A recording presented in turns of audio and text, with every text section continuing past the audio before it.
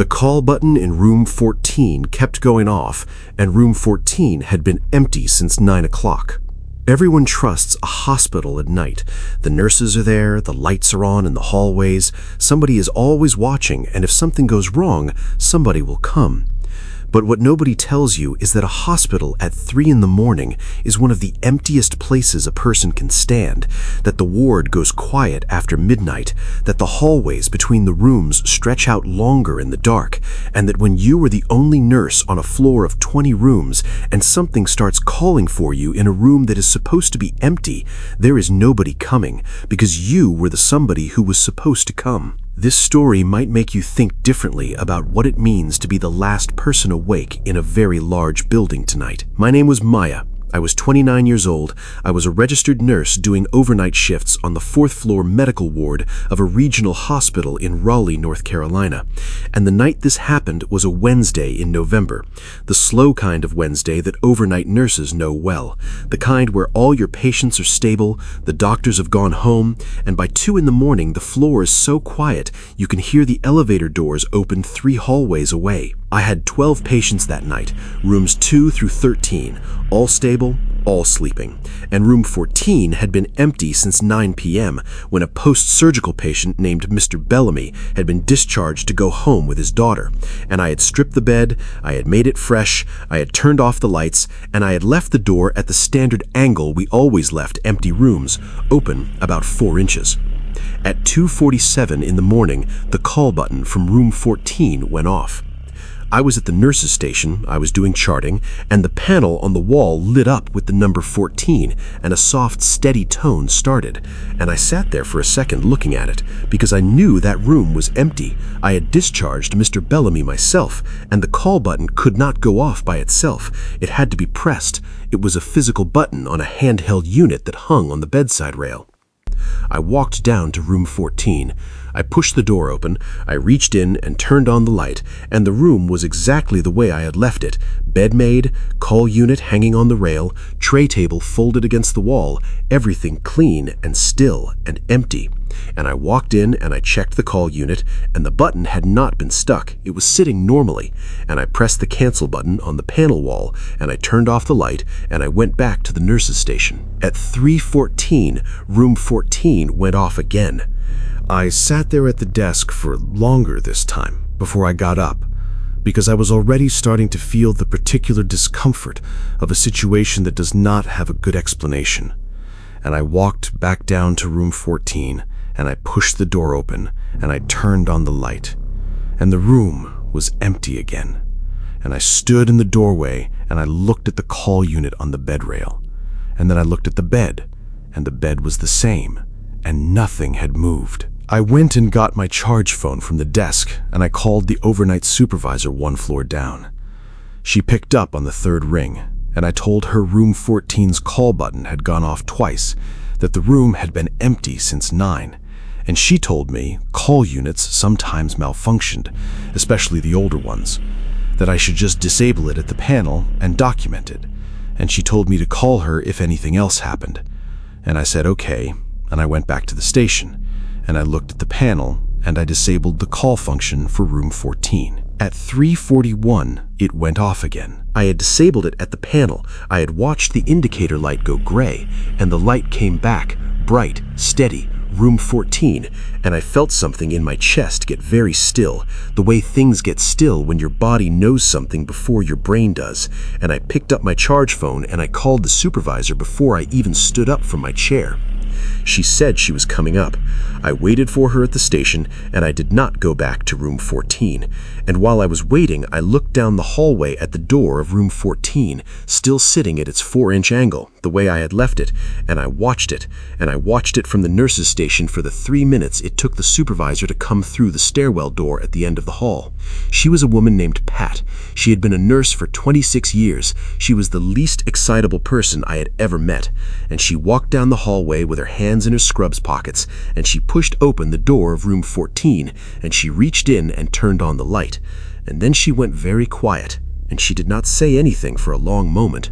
And I walked down the hallway to stand beside her, and I looked into the room, and I understood why she was quiet. The bed was not made anymore. The blanket was pulled back on one side.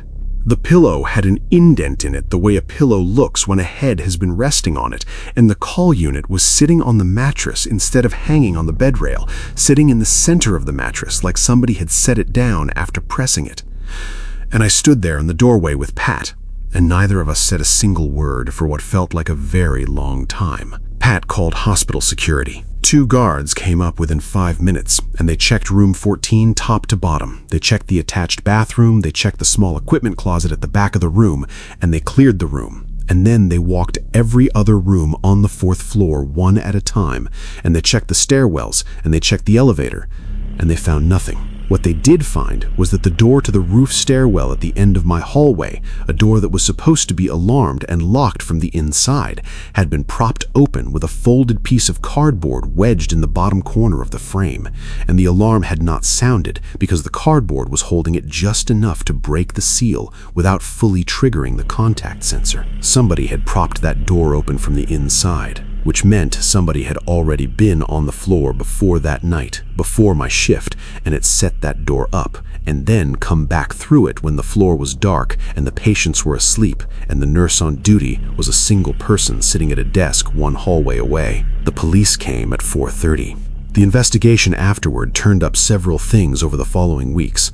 Things I learned about gradually from the hospital security director and from a detective who called me twice to follow up.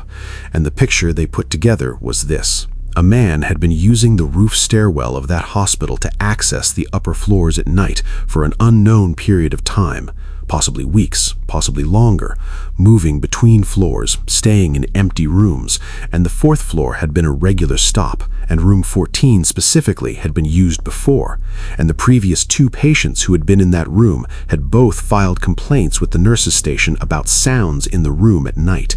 Complaints that had been documented and attributed to anxiety or disorientation, which was not an unusual complaint on a medical ward. He was caught 6 weeks later in a different hospital, 2 cities over, doing the same thing, and he had a long history of trespassing in institutional buildings, schools and hospitals and government offices, places with shift workers and long quiet periods and doors that were propped open from the inside. He is charged with multiple counts across multiple facilities. He is in prison now. I finished my shift that night. I sat at the nurse's station until 7 a.m. I did not go near room 14 again, and I kept my eyes on the door of the roof stairwell until the day shift supervisor walked through the ward doors and I was able to hand over my patients and walk to my car. I transferred to a day shift position within a month. I still work in the same hospital. I am good at my job, and I believe in what I do, but I do not work nights anymore, and I will not. And every time I walk past a closed door on an empty hallway, I feel something small and cold in my chest that was not there before that Wednesday in November. I learned something that night that I want to leave you with. The call button in an empty room is not supposed to go off. When something happens that is not supposed to happen once, it is a malfunction. When it happens twice, it is a pattern. When it happens 3 times, and the bed that you made at 9 p.m. is no longer made, and the pillow has an indent in it that was not there before, it is not the room. It is somebody in the room. And the only question that matters is how long they have been there, waiting for you to stop coming to check. A guest checked into room 217 at 2 a.m. and never appeared on a single camera. Everyone has checked into a hotel late at night, handed over a card, taken a key, walked down a quiet hallway to a room that smells like clean sheets and recycled air, and felt the particular relief of a door closing behind them with a solid click. But what nobody tells you is that from the other side of that front desk, the person handing you the key is watching, and the cameras are watching, and every move a guest makes from the lobby to the elevator to the hallway to their room is on a screen somewhere, and if a person checks in and then disappears from every single one of those screens before they ever reach their floor, the person at the front desk is now alone in a building with somebody who does not want to be seen.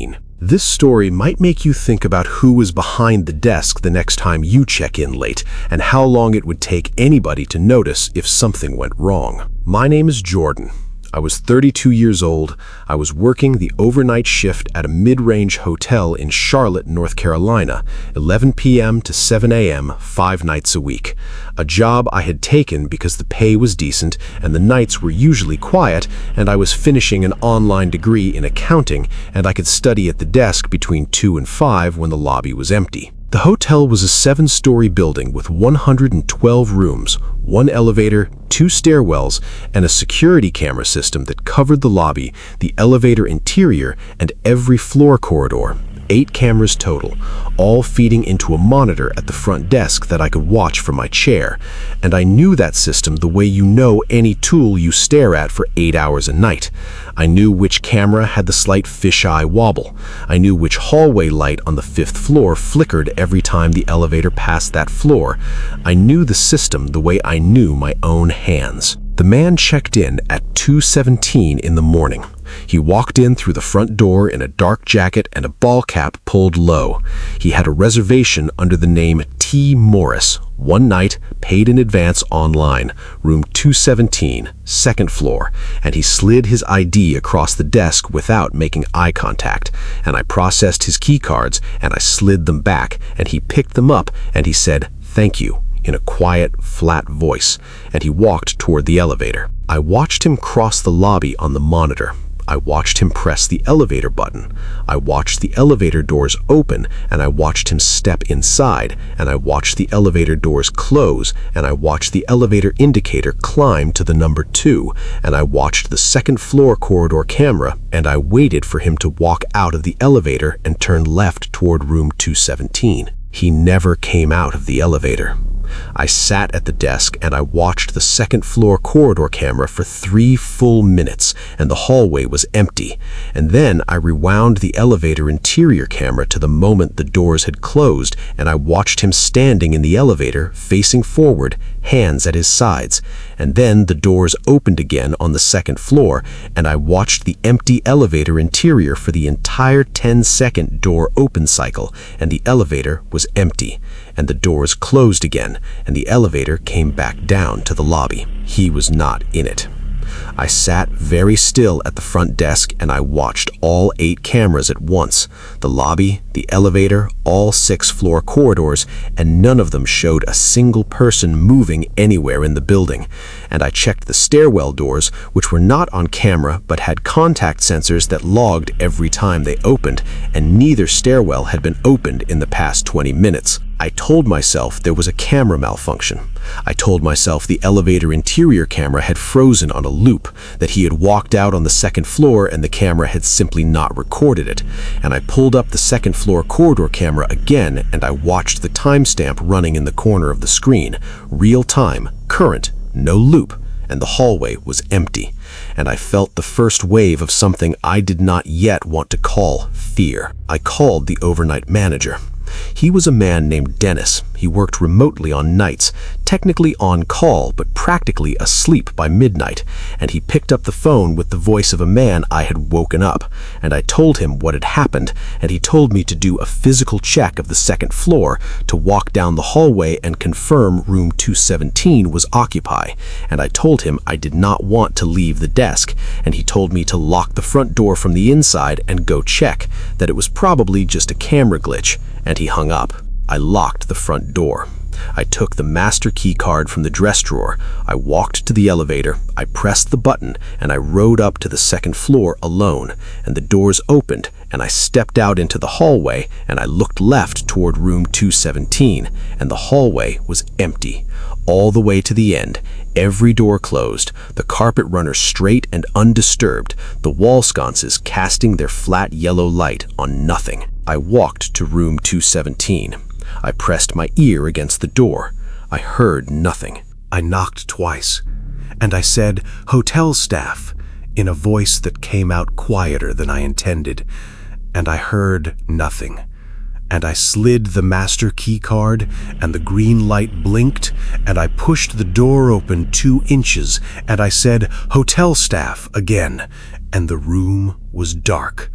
And I reached in and I hit the light switch, and the room came on. And it was empty. The bed made. The curtains closed. the room untouched. I went back downstairs. At 4:11 in the morning, the phone at the front desk rang. It was an internal call, the kind that came from a room phone, and I picked it up and I looked at the display, and the display said room 217, and I felt every hair on my arms go up, and I answered it, and a man's voice, the same flat, quiet voice from the check-in, said, "Can I get some towels sent up?" I said, "Yes, of course. I will send some right up." I hung up. I called the police. I called 911 and I told the dispatcher that I was alone at a hotel front desk, that a guest had checked in and vanished from all security cameras, that his room had appeared empty when I had checked it, and that he had just called from that room asking for towels.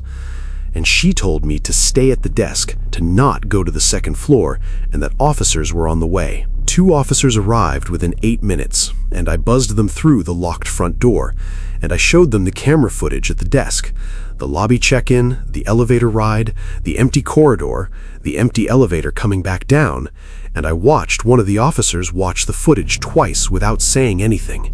And then he looked at his partner, and his partner went to the stairwell. The contact sensor log showed the north stairwell door had been opened from the inside at 2:23, 6 minutes after T. Morris had stepped into the elevator.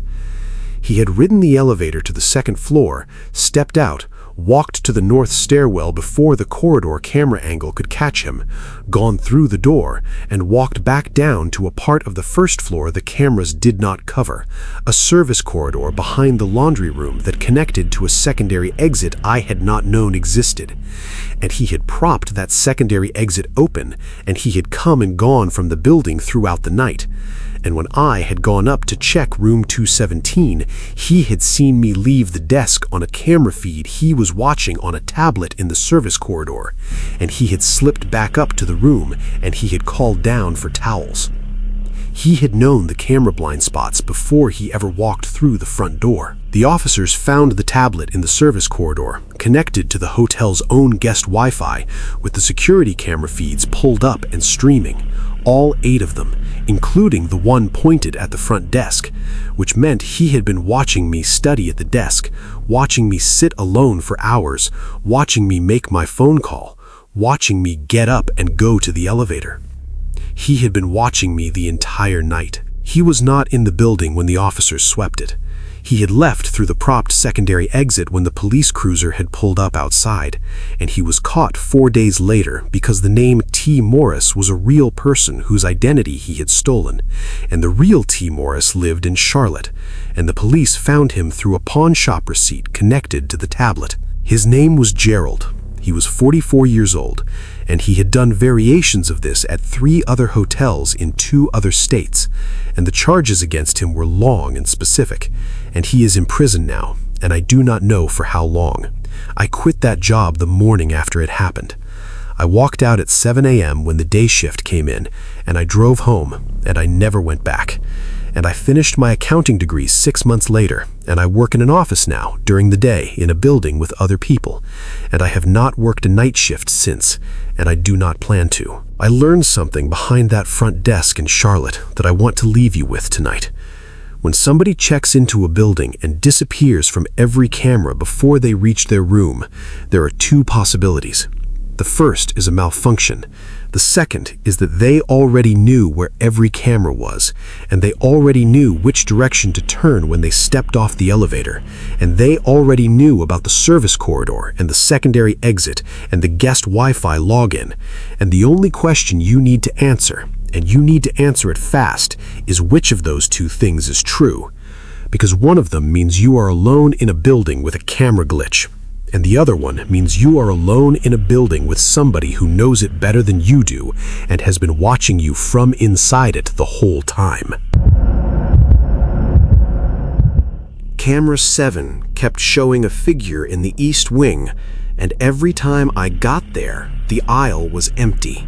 Everyone tells you that security work is boring, that nothing ever happens, that you walk the same building in the same order every night, and the most exciting thing that occurs is a faulty motion sensor or a raccoon in the loading dock.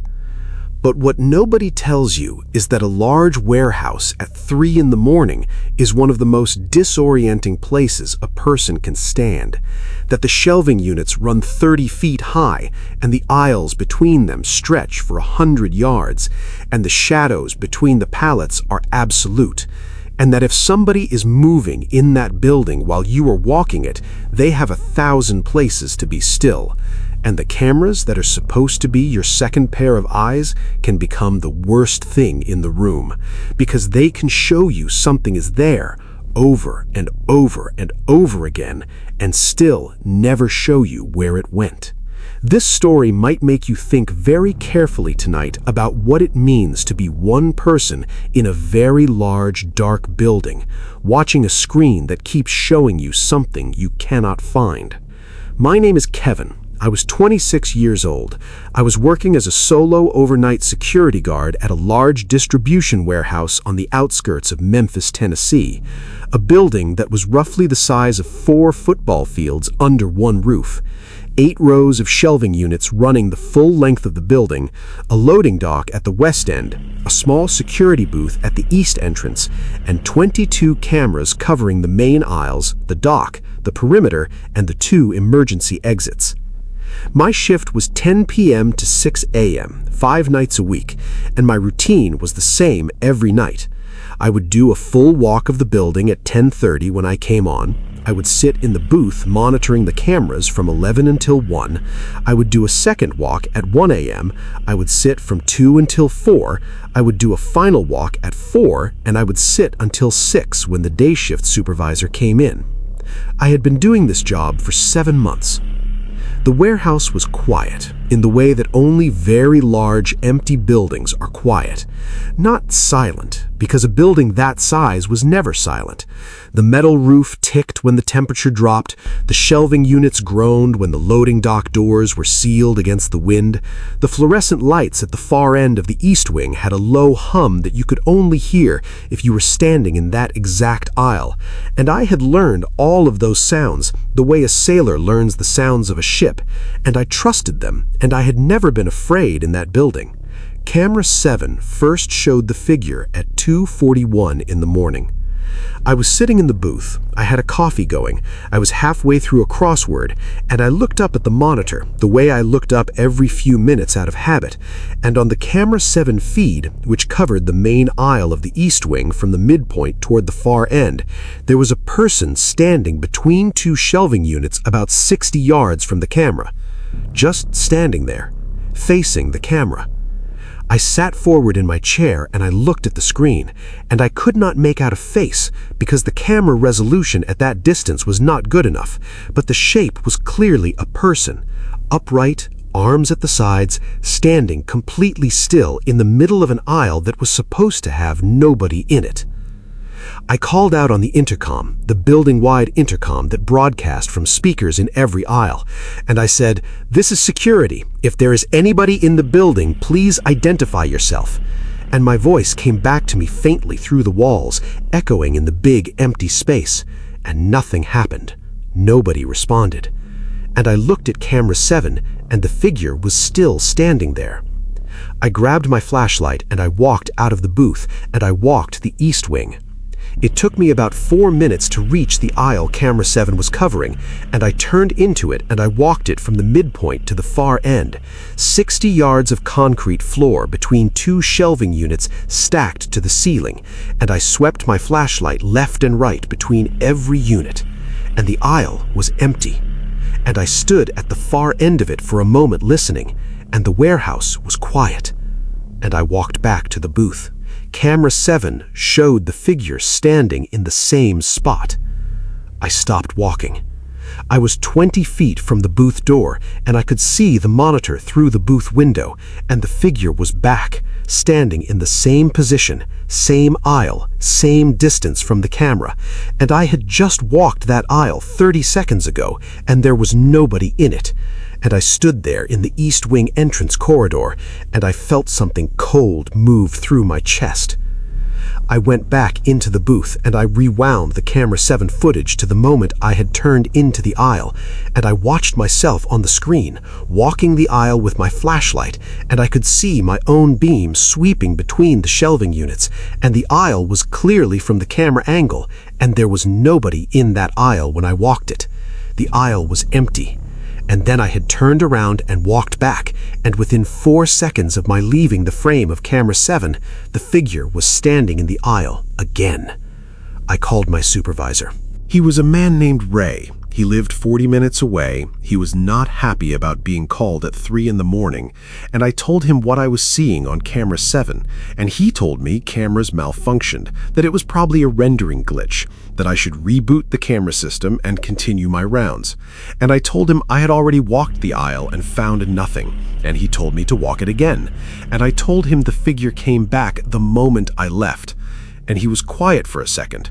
And then he told me to call him back if it happened a third time. It happened a third time. I walked the aisle again at 3:15 and the aisle was empty, and I walked back to the booth and the figure was on camera 7, and I called Ray, and this time his voice was different, a little flatter, a little more careful, and he told me to stay in the booth, to lock the booth door, and that he was going to call the police and drive out himself. I locked the booth door. I sat in my chair and I watched camera 7, and the figure stood in the aisle and did not move. And I watched the other 21 cameras, and nothing else in the building was moving. And I sat there for 7 minutes watching.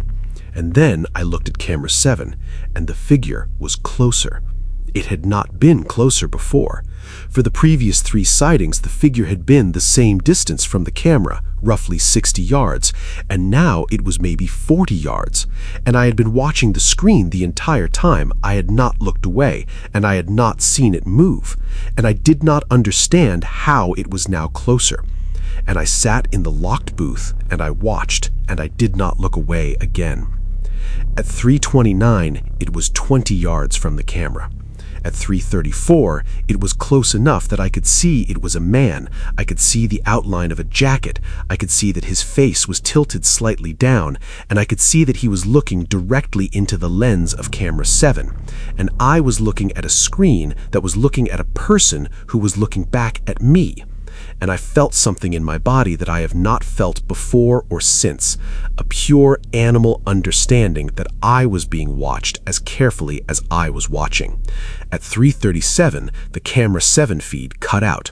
The screen went to gray static. I called 911. I told the dispatcher I was a security guard alone in a warehouse, that a man had been visible on my security cameras for almost an hour, that he had been moving closer each time I left the aisle, that my camera had just cut out, and that I was locked in the security booth. And she told me to stay locked in, to not open the booth door for any reason, and that officers were on the way. I sat in that booth for 11 minutes with the camera 7 screen showing static and the other 21 cameras showing an empty warehouse, and I did not hear anything from inside the building. And I did not hear footsteps, and I did not hear shelving units shift, and I did not hear breathing on the other side of the booth door. And the silence was the worst part, because at least when the figure had been on camera 7, I had known where it was. The officers arrived at 3:48. 4 of them. They came in through the loading dock with the key code Ray had given the dispatcher, and they swept the building in 2 teams.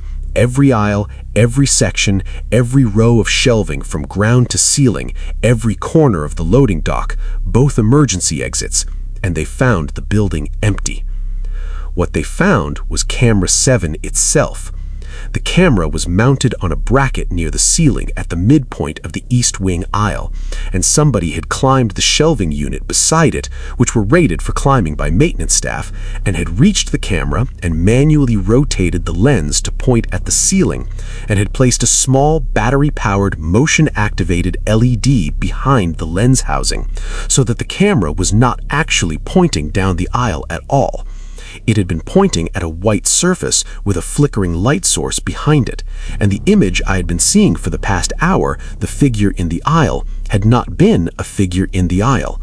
It had been a projection from a phone mounted on the shelving unit directly in front of the camera lens, a video loop of a man standing in an industrial space played on repeat, while I had been watching a screen showing me a man in the East Wing aisle. The real man had been somewhere else in the building entirely.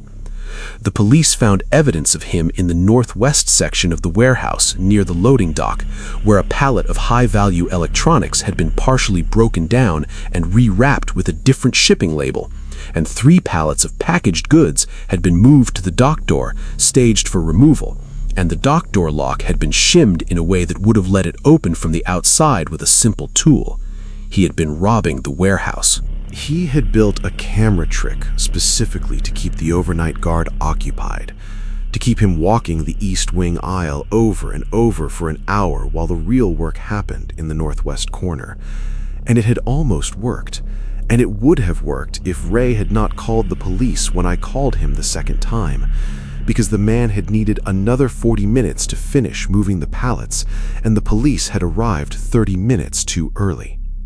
He was caught 2 weeks later attempting a similar job at a different warehouse in Nashville, where the security guard had also reported a figure on a camera feed and had also been sent back and forth across the building while the northwest dock was being staged, and that guard had not called his supervisor until after the man had driven away with a truck full of electronics, and the police had found the camera rig still in place, and the phone had not been wiped, and they had traced it back. He was charged with multiple counts of commercial burglary across 2 states and with criminal mischief for the camera tampering, and he took a plea deal, and he is in prison now. I finished my shift that night because I had no idea what else to do.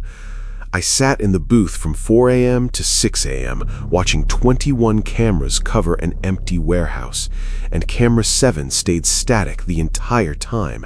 And at 6 a.m., when the day supervisor came in, I handed over my keys and I drove home. And I sat in my car in my own driveway for almost half an hour before I went inside. I still work in security. Different company, different kind of building, and I check every camera mount at the start of every shift now. I look at the housing, I look at the bracket, I look at whether the lens angle matches the position it was in when I left, and I do it every single night. And my coworkers think I am thorough, and I let them think that. I learned something in that warehouse in Memphis that I want to leave you with tonight. A camera does not make you safe. A camera shows you what somebody wants you to see. And the most dangerous person in a large dark building is not the one you cannot find on the cameras. It is the one who figured out, before they ever walked through the door, exactly how to make you keep looking in the wrong place. A man came into the store at 4 a.m. and would not leave, and the exit was behind him. Everyone has been in a convenience store late at night. The fluorescent lights too bright, the aisles too quiet, the person behind the counter the only other soul in the building, and you have probably never once thought about what it feels like to be that person. But what nobody tells you is that the counter does not protect you, that the space between you and the door is a trap if the wrong person is standing in it, that a store that is open to anyone at any hour of the night is open to absolutely anyone, and that the person working alone at 4 in the morning is not safe behind that counter.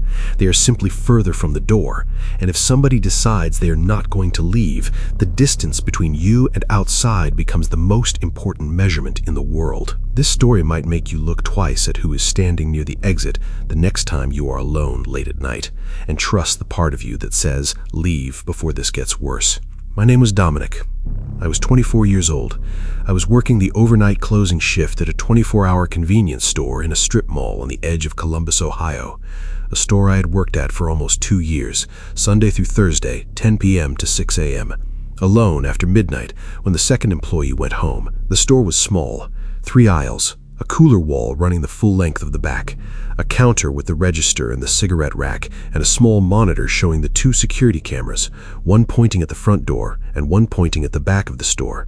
And the front door was a standard glass push door that opened outward directly in front of the counter, maybe 20 feet away. I had worked alone in that store hundreds of times. I was not a nervous person. I was not somebody who startled easily, and I had handled the normal versions of difficult late-night customers before, the drunk ones, the belligerent ones, the ones who argued about lottery scratchers. And I had a protocol. I had a panic button under the counter, I had a phone, and I had a manager I could call. And I felt, if not comfortable, at least prepared. The man came in at 4:12 in the morning. I heard the door before I saw him, the small electronic chime that went off every time the door opened, and I looked up from my phone. And he was standing just inside the entrance, and he had let the door close behind him, and he was standing there looking at me. He was tall, maybe 6'2", wearing a dark hooded jacket with the hood down, jeans, boots, somewhere in his 40s. And there was nothing immediately wrong with the way he looked. He was not visibly agitated, he was not yelling, he was not waving anything around. He was just standing there inside the door, looking at me. And he did not move toward the aisles. I said, "Hey, what can I get for you?" He did not answer. He took a long moment looking at me, and then he looked slowly around the store, the way somebody looks at a space when they're checking how many people are in it. And his eyes came back to me, and he took one step forward away from the door, toward the counter. I felt the wrongness immediately. He had not picked up a basket. He had not moved toward the coolers. He had not gone to the aisles. He was just standing in the open space between the door and the counter with his hands at his sides, looking at me. And every customer I had ever had in 2 years of overnight shifts had done something when they walked in. They had gone somewhere, they had picked something up, they had headed somewhere with a purpose. And this man was not doing any of those things. I said, "We've got coffee on if you need it. It's fresh." He did not answer. He took another step toward the counter. I moved my right hand under the counter and I put it on the panic button. And I said, "Are you looking for something specific tonight?" And he tilted his head slightly to the left, very slowly, the way a person tilts their head when they're thinking about something. And he took another step toward the counter. He was 10 feet from me now. I pressed the panic button. The panic button sent a silent alert to a security monitoring company that was supposed to call the store within 60 seconds, and if nobody answered or if a code word was not given, dispatch the police. And I pressed it, and I watched him, and I tried to keep my face neutral, and I said, "I'm going to have to ask you to make a purchase or step outside. Store policy after 4 a.m. There was no such policy. He stopped moving. He stood 10 feet from the counter, and he looked at me, and I looked at him, and the store was completely silent except for the hum of the coolers, and I could feel my own pulse in my hands, and I kept my right hand on the panic button and my left hand flat on the counter, and I counted seconds in my head. He took one more step. 9 feet. The store phone rang. It was the monitoring company, the call coming in faster than I had expected, within maybe 30 seconds of the button press, and I picked up the phone with my left hand, and I said the store name and my name the way I was supposed to, and the woman on the line said, "We received an alert, can you confirm your status?" And I said the check code, and then I said, "Yes, I have a customer in the store right now, and I would like to keep this line open if that is okay, because I have not got my hands free." And there was a brief pause, and she understood, and she said, "Of course, I am staying on the line and I am dispatching." The man heard me say dispatching. Something changed in his face. A small shift, the first expression I had seen from him, and he looked at the phone in my hand, and he looked at the door behind him, and he took one step backward, and then another, and then he turned, and he pushed the door open, and he walked out, and the chime went off, and the door closed, and he was gone. I stood behind the counter with the phone pressed to my ear, and I watched the security camera monitor, and I watched him walk past the front window of the store without looking in, and I watched him cross the strip mall parking lot, and I watched him walk out of the frame of the camera, and I said to the woman on the line, "He just left," and she said, "Okay, the police are still coming. Please stay on the line and do not go outside."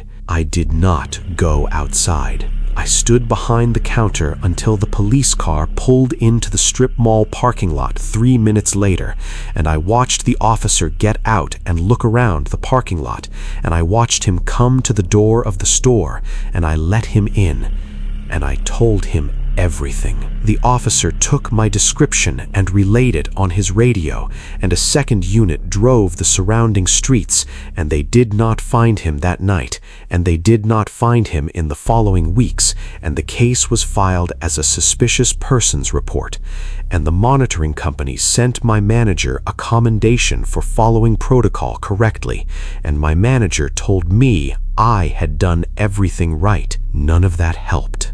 The thing about an encounter like that, the thing nobody prepares you for, is that there was no crime, technically. A man had walked into a store and stood there and not spoken, and then left when the police were called. And none of that was illegal.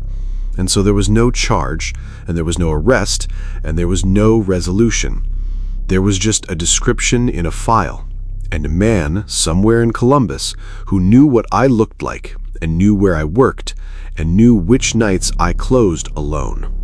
I worked 2 more shifts at that store after that night, and on both of them, I sat behind the counter with my hand on the panic button for the entire shift, watching the door. And on the second shift, I called my manager and I told him I was done, and I clocked out, and I went home, and I did not go back. I work at a hospital now, in a billing department. During the day, in a building with 100 other people, and I have not worked a night shift in 3 years, and I do not keep my back to any door in any room, and when I walk into any space, any store, any restaurant, any waiting room, the first thing I always do before I do anything else is find the exits and check who is standing near them. Because I learned something at that counter in Columbus that I want to leave you with tonight. The exit is only an exit if nobody is standing between you and it. And a store that is open to everyone at every hour of the night in a strip mall at 4 in the morning with one person behind a counter and a glass door that opens outward is not open for everyone. It is open for exactly the kind of person who comes in at 4 a.m. and does not pick anything up and does not answer when you speak to him, and takes one step toward you, and then another, and keeps his eyes on your face the entire time, like he is waiting to see how long it takes you to understand what is happening. Press the button before you are sure. Press it the moment something feels wrong, not after, not when you are certain, because by the time you are certain, he is already close enough that the button might not matter. And never, for any amount of money, stand alone between a man like that and the only door in the room.